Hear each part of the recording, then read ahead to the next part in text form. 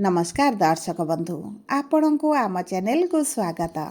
आज भिडटी समस्त मकर राशि व्यक्ति विशेषों बहुत अधिक गुरुत्वपूर्ण रही।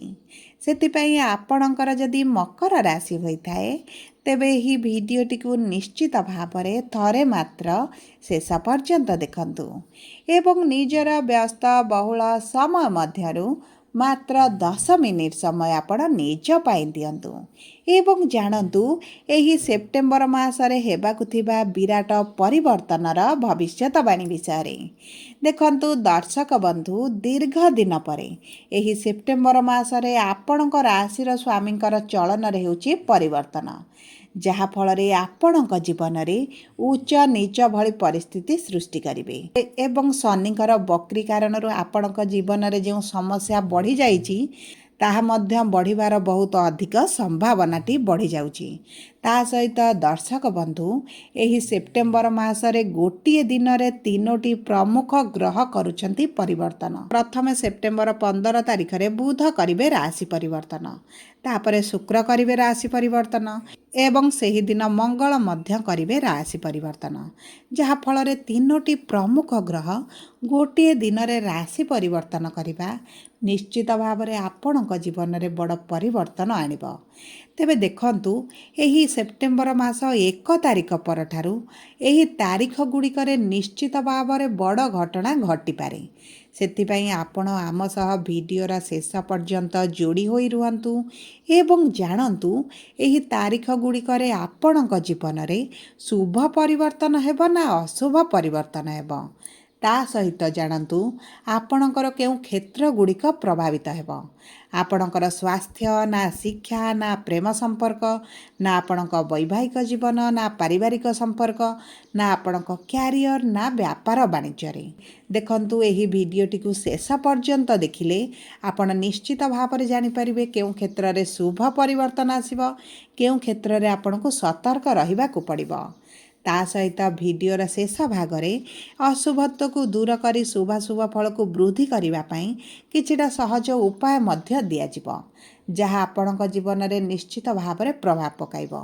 तेबे विलंब नकरी चालंतु कार्यक्रमटी को आगकू बढ़ाइबा, किंतु भिडियोटी को आरंभ करने पूर्वरु जदि आपणकर भी मकर राशि होइथाए एवं आपण भी ईश्वर को आंतरिक भक्ति एवं विश्वास करती तेबे भिडियोटी को लाइक करंतु एवं कमेंट बॉक्स रे जय जगन्नाथ जय माँ लक्ष्मी अवश्य लिखि दियंतु। ता सहित आपणक मन रे जहाँ भी प्रश्न रही जहाँ भी द्वंद्व रही आपण कमेंट बॉक्स रे लिखि जणातु। आमे आपणक प्रश्नर उत्तर देबा पई यथा संभव प्रयास करिबु।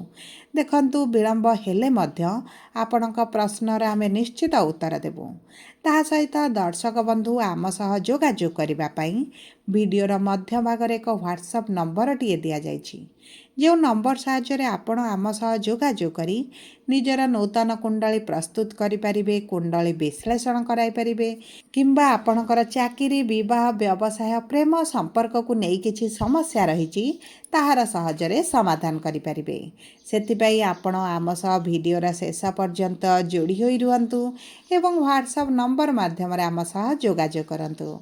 एबे चलंतु कार्यक्रमटी को आगकू बढ़ाइबा एवं जानिबा आपणक राशि रे एही सेप्टेम्बर मासरे कि भली परिवर्तन देखाजिबो। किंतु ता पूर्वरु जानिबा आपणक मकर राशि रे एही सेप्टेम्बर मास प्रारंभरु नवग्रहंकर स्थिति किभली रहइबो। देखंतु आपणकर द्वितीय गृह रे राहु, तृतीय गृह रे शनि, अष्ट गृह रे गुरु, सप्तम गृह रे शुक्र, अष्टम गृह रे सूर्य केतु एवं बुध, नवम गृह रे मंगल विराजमान करिछंती जहाँ फल रे सेही गृह गुड़िकरे सेमानकर प्रभाव अधिक रहिबा। तेबे सर्वप्रथमे आसंतु जानिबा आपणकर स्वास्थ्य किभली रहिबा। देखंतु स्वास्थ्य कुंडलीर प्रथम गृह रु जଣା पड़े। ता सहित षष्ठ गृह जेहेतु रोग ऋण रिपुर गृह एही गृह मध्य आपणक विशेष रोग विषय मध्य सूचना मिली थाए।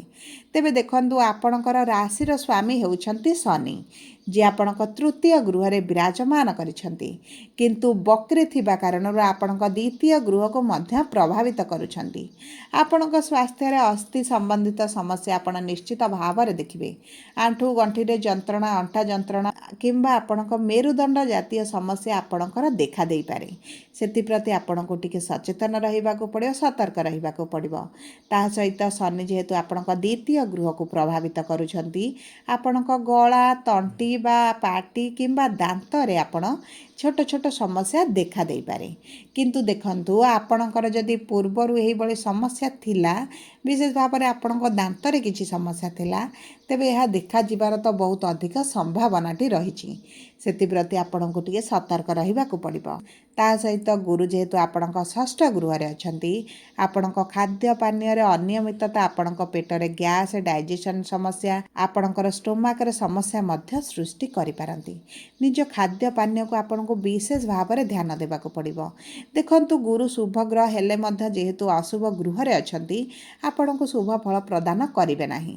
ତେଣୁକରି ଆପଣଙ୍କ ଖାଦ୍ୟ ପାନୀୟକୁ ଦାୟିତ୍ୱ ନେଇ ନିଜ ସ୍ୱାସ୍ଥ୍ୟକୁ ସତର୍କ ରହିବାକୁ ଚେଷ୍ଟା କରନ୍ତୁ। ତା ସହିତ ଯଦି ଆମେ ଦେଖିବା ଆପଣଙ୍କର ଶିକ୍ଷା କ୍ଷେତ୍ରକୁ, ତେବେ ଶିକ୍ଷାର ଗୃହର ସ୍ୱାମୀ ହେଉଛନ୍ତି ଶୁକ୍ର, ଯିଏ ଆପଣଙ୍କର ସପ୍ତମ ଗୃହରୁ କେନ୍ଦ୍ରରୁ ଆପଣଙ୍କ ଅଷ୍ଟମ ଗୃହକୁ ଗୋଚର କରିବେ। ଯେଉଁ କାରଣରୁ ଆପଣଙ୍କ ଶିକ୍ଷା କ୍ଷେତ୍ରରେ ଆପଣ ସମସ୍ୟା ଦେଖିପାରନ୍ତି। ଆପଣ ଯଦି କିଛି ପରୀକ୍ଷା ଦେଉଛନ୍ତି, ଇଣ୍ଟରଭ୍ୟୁ ଦେଉଛନ୍ତି, ଏଣ୍ଟ୍ରାନ୍ସ ଦେଉଛନ୍ତି, ତେବେ ଆପଣଙ୍କ ପରିଶ୍ରମ ବଢ଼ିଯିବ। ଆପଣଙ୍କ ଆଶା ଅନୁରୂପକୁ ଆପଣଙ୍କୁ ଫଳ ସଫଳତା ନ ମିଳିପାରେ। ସେଥିପ୍ରତି ମଧ୍ୟ ଆପଣଙ୍କୁ ଟିକେ ଅଧିକ ସଚେତନ ରହିବାକୁ ପଡ଼ିବ, ଧ୍ୟାନ ଦେବାକୁ ପଡ଼ିବ। କାରଣ ଦେଖନ୍ତୁ, ଅଷ୍ଟମ ଗୃହକୁ ଏତେଟା ଶୁଭ ବୋଲି ମନାଯାଏନି। ତା ସହିତ ସୂର୍ଯ୍ୟ ଯେତେବେଳେ ଆପଣଙ୍କର ଭାଗ୍ୟର ଗୃହକୁ ଗୋଚର କରିବେ ଏବଂ ମଙ୍ଗଳ ଆପଣଙ୍କର ଦଶମ ଗୃହକୁ ଯିବେ, ସେହି ସମୟ ମଧ୍ୟରେ ଆପଣ ଯଦି କର୍ମକ୍ଷେତ୍ର ପାଇଁ, ଚାକିରି ପାଇଁ କିଛି ଇଣ୍ଟରଭ୍ୟୁ ଦେଉଛନ୍ତି, ତେବେ ଆପଣଙ୍କୁ ସେଥିରେ ସଫଳତା ପ୍ରାପ୍ତି ହେବ। ମାନେ ସେପ୍ଟେମ୍ବର 16 ତାରିଖ ପରଠାରୁ ଆପଣ ଯଦି କିଛି ଇଣ୍ଟରଭ୍ୟୁ ଦିଅନ୍ତି, ଏଣ୍ଟ୍ରାନ୍ସ ଦିଅନ୍ତି କିମ୍ବା କମ୍ପିଟେଟିଭ୍ ପରୀକ୍ଷା ଦିଅନ୍ତି, ତେବେ ଆପଣଙ୍କୁ ସଫଳତା ପାଇବାର ସମ୍ଭାବନା କିଛି ମାତ୍ରାରେ ବଢ଼ିଯାଉଛି। କିନ୍ତୁ ଆପଣଙ୍କ କୁଣ୍ଡଳୀରେ ଯଦି ଗୁରୁ ଏବଂ ଶନି ଭଲ ସ୍ଥିତିରେ ଅଛନ୍ତି, ମାନେ ଆପଣଙ୍କ ରାଶିର ସ୍ୱାମୀ ଭଲ ସ୍ଥିତିରେ ଅଛନ୍ତି, ଉଚ୍ଚ ଅଛନ୍ତି, ତେବେ ଆପଣଙ୍କୁ ତ ସଫଳତା ନିଶ୍ଚିତ ଭାବରେ ମିଳିବ। ଯଦି ନୀଚ ଥିବେ, ପୀଡ଼ିତ ଥିବେ, ତେବେ ଆପଣଙ୍କୁ କିଛିଟା ବିଳମ୍ବ ଦେଖାଦେଇପାରେ, ସମସ୍ୟା ଦେଖାଦେଇପାରେ। ସେଥିପ୍ରତି ଆପଣଙ୍କୁ ଅଧିକ ଚିନ୍ତିତ ହେବାର ଆବଶ୍ୟକତା ନାହିଁ। ଯଦି ଆମେ ଦେଖିବା ଆପଣଙ୍କର ପ୍ରେମ ସମ୍ପର୍କକୁ, ତେବେ ପ୍ରେମ ସମ୍ପର୍କ ଆପଣଙ୍କର ଭଲ ରହିବ। ଆପଣଙ୍କ ସାଥୀଙ୍କ ସହିତ ମଧୁରତା ଆସିବ, ଆପଣଙ୍କ ସମ୍ପର୍କରେ ମଧୁରତା ଆସିବ। ଆପଣଙ୍କ ସାଥୀଙ୍କୁ ଆପଣ ବୁଝିବା ଆରମ୍ଭ କରିବେ, ନିଜ ମନର ଭାବନାକୁ ଆପଣ ବ୍ୟକ୍ତ କରିବେ। ଉଭୟ ଏକତ୍ର ସମୟ ଅତିବାହିତ କରିବେ, ଯାହା ଆପଣଙ୍କ ପ୍ରେମ ସମ୍ପର୍କ ପାଇଁ ବହୁତ ଭଲ ରହିବ। କିନ୍ତୁ ଦେଖନ୍ତୁ, ପ୍ରେମ ସମ୍ପର୍କ ଆପଣଙ୍କ ବିବାହରେ ପରିଣତ ହେବ କି ନାହିଁ, ତାହା ଆପଣଙ୍କ କୁଣ୍ଡଳୀରୁ ଜଣାପଡ଼ିବ। କାରଣ ଆପଣଙ୍କ କୁଣ୍ଡଳୀରେ ଯଦି ପ୍ରେମ ବିବାହର ଯୋଗ ନଥିବ, ତେବେ ଆପଣଙ୍କ ପ୍ରେମ ସମ୍ପର୍କ ମଧ୍ୟ ବ୍ରେକଅପ୍ରେ ପରିଣତ ହୋଇପାରେ। ସେଥିପ୍ରତି ମଧ୍ୟ ଆପଣଙ୍କୁ ଟିକେ ଧ୍ୟାନ ଦେବାକୁ ପଡ଼ିବ। ଯଦି ଆମେ ଦେଖିବା ଆପଣଙ୍କର ବିବାହର ଯୋଗକୁ ବା ବୈବାହିକ ସମ୍ପର୍କକୁ, ତେବେ ଦେଖନ୍ତୁ, ବିବାହର ଯୋଗ ଆପଣଙ୍କର ବହୁତ ଭଲ ରହିଛି। କାରଣ ଆପଣଙ୍କର ଭାଗ୍ୟର ଗୃହକୁ ସୂର୍ଯ୍ୟ ଆସୁଛନ୍ତି ଏବଂ ଆପଣଙ୍କ ରାଶିକୁ ଦୃଷ୍ଟି ଦେବେ। ତେଣୁକରି ଯଦି ଆପଣଙ୍କର ମକର ରାଶି, ଆପଣଙ୍କ ବିବାହ ପ୍ରସ୍ତାବ ଆସିବା ଆରମ୍ଭ ହୋଇଯିବ। ଯଦି ଆପଣ ବିବାହର ଯୋଜନାରେ ଅଛନ୍ତି, ଯଦି ଆପଣଙ୍କର ବିବାହରେ ବିଳମ୍ବ ଦେଖାଯାଉଛି, ବିବାହରେ ସମସ୍ୟା ଆସୁଛି, ବାଧା ବିଘ୍ନ କିମ୍ବା କୌଣସି କାରଣବଶତଃ ବିବାହରେ ବିଳମ୍ବ ହୋଇଗଲାଣି କିମ୍ବା ଆପଣଙ୍କର ମନ ପସନ୍ଦର ପ୍ରସ୍ତାବ ଆସୁନାହିଁ, ତେବେ ଜାଣନ୍ତୁ ଆପଣଙ୍କ କୁଣ୍ଡଳୀରେ ଗୁରୁ ପୀଡ଼ିତ ଅଛନ୍ତି କିମ୍ବା ଆପଣଙ୍କ କୁଣ୍ଡଳୀରେ କୌଣସି ଦୋଷ ରହିଛି, ଯାହାର ପ୍ରତିକାର ନ କଲେ, ଯାହାର ଉପାୟ ନ କଲେ ଆପଣଙ୍କର ମାଙ୍ଗଳିକ କାର୍ଯ୍ୟ ଅନୁଷ୍ଠିତ ହୋଇପାରିବ ନାହିଁ। ସେଥିପାଇଁ କିଛି ସହଜ ଉପାୟ କରନ୍ତୁ, ପ୍ରତିକାର କରନ୍ତୁ, ଗୁରୁଙ୍କର ଶୁଭାଶୁଭ ଫଳକୁ ବୃଦ୍ଧି କରନ୍ତୁ। ଏହା ଆପଣଙ୍କ ବିବାହରେ ଆସୁଥିବା ବାଧା ବିଘ୍ନକୁ ଦୂର କରିବ। ଯଦି ଆମେ ଦେଖିବା ଆପଣଙ୍କ ବୈବାହିକ ସମ୍ପର୍କକୁ, ତେବେ ବୈବାହିକ ସମ୍ପର୍କ ଆପଣଙ୍କର ବହୁତ ଭଲ ରହିବ। ଆପଣଙ୍କର ସାଥୀଙ୍କର ଆପଣଙ୍କର ମଧ୍ୟରେ ଯଦି କିଛି ମନମାଳିନ୍ୟ, ମତଭେଦ ଅଛି, ତାହା ଦୂର ହୋଇଯିବ। ସମ୍ପର୍କରେ ମଧୁରତା ଆସିବ। ଉଭୟ ପତି ପତ୍ନୀ କୌଣସି ସ୍ଥାନକୁ ବୁଲିବାକୁ ଯାଇପାରନ୍ତି, ଏକତ୍ର ସମୟ ଅତିବାହିତ କରିପାରନ୍ତି ଏବଂ ଦେଖନ୍ତୁ, ଏହି ସମୟଟି ଆପଣମାନଙ୍କ ସମ୍ପର୍କ ପାଇଁ ବହୁତ ଭଲ ରହିଛି। ଯଦି ଆମେ ଦେଖିବା ଆପଣଙ୍କର କର୍ମକ୍ଷେତ୍ରକୁ, ତେବେ କର୍ମର ଗୃହର ସ୍ୱାମୀ ହେଉଛନ୍ତି ଶୁକ୍ର। ଯେଉଁ କାରଣରୁ ଆପଣ ଦେଖିବେ କର୍ମକ୍ଷେତ୍ରରେ ଅଧିକ ଜ୍ଞାନ ଆହରଣ କରିବା, ଅଧିକ କାମ କରିବା, ଅଧିକ ରିସର୍ଚ୍ଚ କରିବା ପ୍ରତି ଆପଣଙ୍କର ରୁଚି ବଢ଼ିବ। जदि आपण ऑनलाइन कारोबार करुचंती ऑनलाइन काम करुचंती डिजिटल मीडिया रे काम करुचंती किंबा सॉफ्टवेयर काम करुचंती तेबे मध्ये आपणक पई बहुत भल समय रहिछि। जदि आमे देखिबा आपणक व्यवसाय को तेबे व्यवसाय आपणकर बहुत भल रहिबो। आपणकर पूर्वरु जे व्यवसाय रे मांदा परिस्थिति चलीछि सेतिरे सुधार आसीबो। देखंतु दर्शक बंधु आपणक कुंडली रे जदि शनि खराब थिबे तेबे शनिकर एही बकरी समय आपण निश्चित भाव में व्यवसाय लॉस देखि पारंती व्यवसाय मांदा दे परिस्थिति देखि पारंती किंबा आपणक व्यवसाय रे किछि ना किछि समस्या आपणकर बढ़ी पारे। जदि शनि भल थिबे एही बकरी समय आपणक व्यवसाय रे लाभ को दुई गुणित कराइबे। आपणक आशा ठारू अधिक फल मध्ये आपणको प्रदान करिवे। सबु परे देखंतु व्यवसाय कर्म क्षेत्र पई शनिकर एही प्रभाव बा आपणकर एही प्रमुख ग्रह मानकर गोचर अधिक प्रभावित करिबो नाही। आपणकर मंगल जेहेतु दशम गृह को आसुचंती आपणक कर्म क्षेत्र रे आपण शुभ परिवर्तन देखिबे। आपण जदि कार्यर संधान रे अछंती तेबे मध्ये आपणकर कार्य होई जिवो।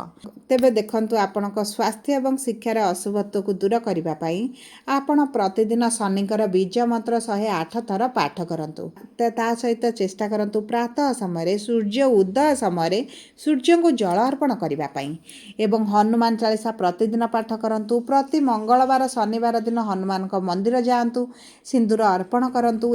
यह आपणकर अशुभत्व को दूर करिबारे बहुत अधिक सहायक हेबो। जदि आपणकर मकर राशि होइता वीडियोटी किभल लागला कमेंट बॉक्स रे लिखि जणांतु। जदि आपणक प्रियजनकर मकर राशि होइता वीडियोटी तांको सह शेयर करंतु। जदि प्रथम थर आम चैनल को आसिछंती चैनल टी को सब्सक्राइब करंतु। पाखरे थिबा बेल आइकन को प्रेस करंतु। धन्यवाद।